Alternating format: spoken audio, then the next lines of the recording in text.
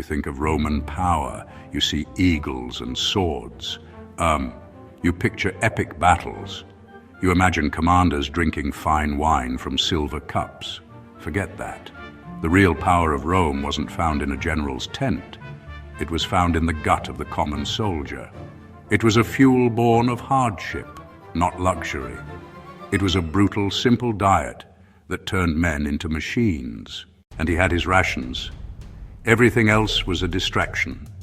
The food was designed to keep him moving, to keep him fighting day after day across deserts and through forests. It wasn't about taste. It was about calories, portable energy that wouldn't spoil. This iron diet made soldiers tougher, more resilient, more disciplined than their enemies.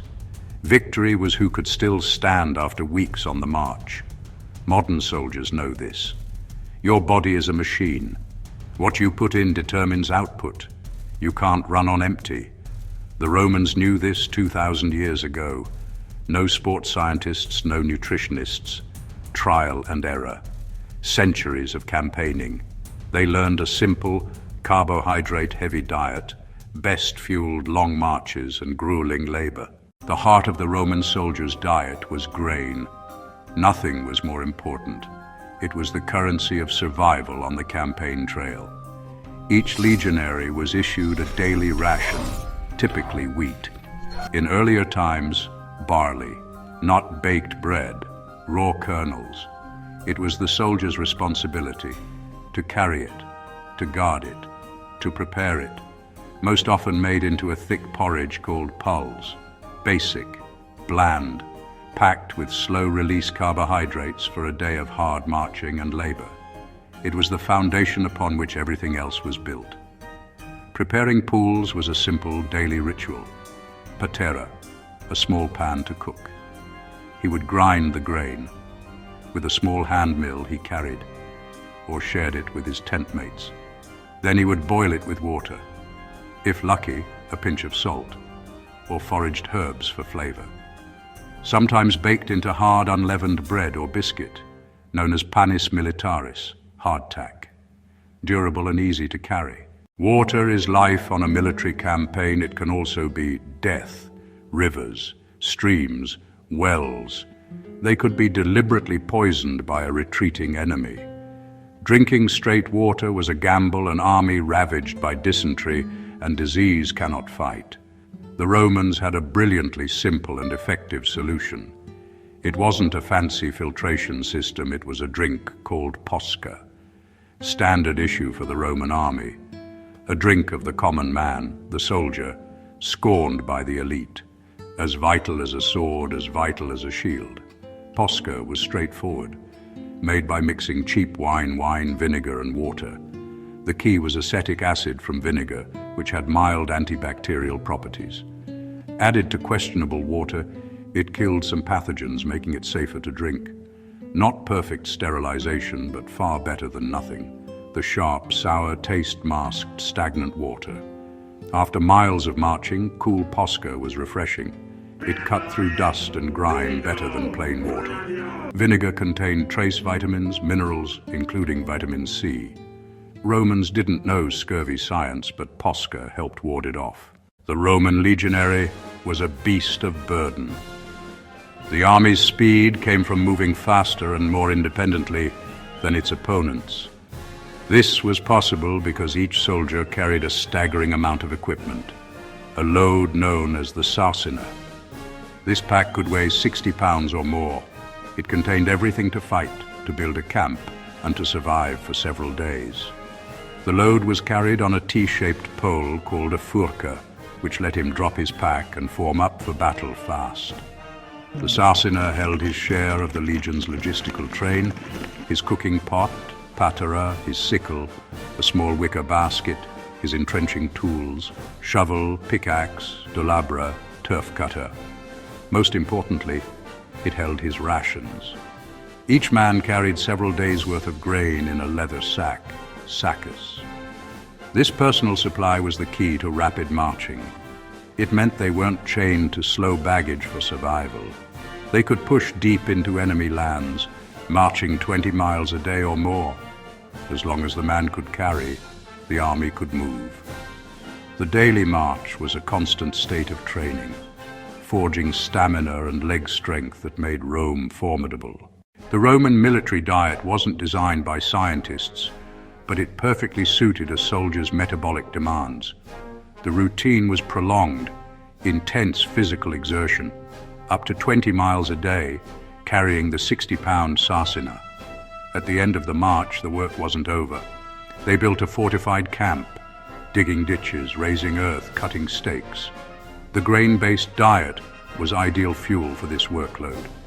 Complex carbohydrates in wheat and barley break down slowly, providing a sustained release of glucose, avoiding spikes and crashes of simple sugars. The Legionary wasn't a sprinter. He was a marathon runner who then did a session of heavy lifting.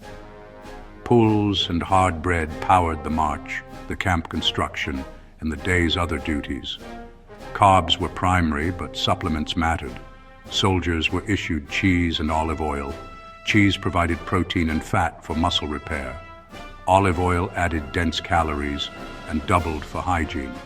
This diet forged lean, dense, durable bodies adapted to efficient energy use over long periods, conditioned to perform day after day, to keep marching when others collapsed. In the Roman army, food was discipline. Rationing was built on strict rules and harsh consequences. A soldier's ration wasn't a suggestion, it was his lifeline, and the army's lifeline.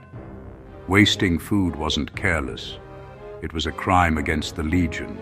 Spoilage endangered everyone. Punishments were swift and severe, examples for all. Theft of rations was the ultimate betrayal in the contubernium, where trust was paramount. It shattered bonds and threatened cohesion. Caught thieves faced flogging, often public, and in serious cases, death. Discipline reached the highest command. A general who failed to secure supply was incompetent. A hungry army is a mutinous army. History records legions refusing to move when rations were late or insufficient. So logistics and food management fell to key officers. The quartermaster, the quaestor. Strict control reinforced hierarchy and order. By protecting rations and carrying his load, each man strengthened the legion. Food discipline mirrored army discipline. The high command understood a truth. An army marches on its stomach. Food wasn't just sustenance, it was a strategic weapon. Campaigns revolved around grain, where granaries were, where livestock grazed, when harvests fell. They timed invasions to ride the harvest, the enemy's labor feeding Roman arms. A fed army facing a starving enemy had half the battle won. Siege warfare made food the weapon. Cut off food and water, and wait. Logistics and foraging let Romans outlast defenders. Inside, hunger bred dissent and surrender. At Alesia, Caesar starved the Gauls and won. But Roman supply lines were vulnerable to guerrillas and ambush. In Teutoburg, a long, choked column couldn't protect its supplies. Disaster followed. Food shaped imperial geography. Rome seized breadbaskets. Egypt, North Africa, Sicily. Roads and ports moved grain fast. The annona, state grain, underpinned stability. Control food, control power. For the soldier, a brutal, simple diet mirrored an empire where grain was as mighty as the sword. Rome's conquests were written not just in blood, but in grain. The iron diet of the Roman soldier was more than just a menu. It was a system for building and sustaining an empire. It was simple.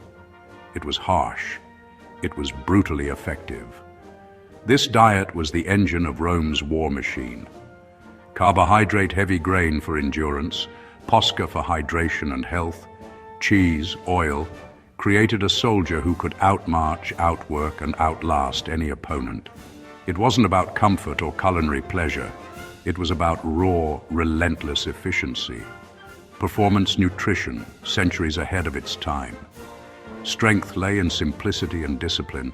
Every man ate the same core rations, carried and prepared his own food, and understood penalties for waste or theft. This bred self-reliance, equality, shared hardship. A man could depend on the one beside him under the same unforgiving system. Not just armor and gladius, but a sack of grain and a cup of Posca, and the will to march another 20 miles.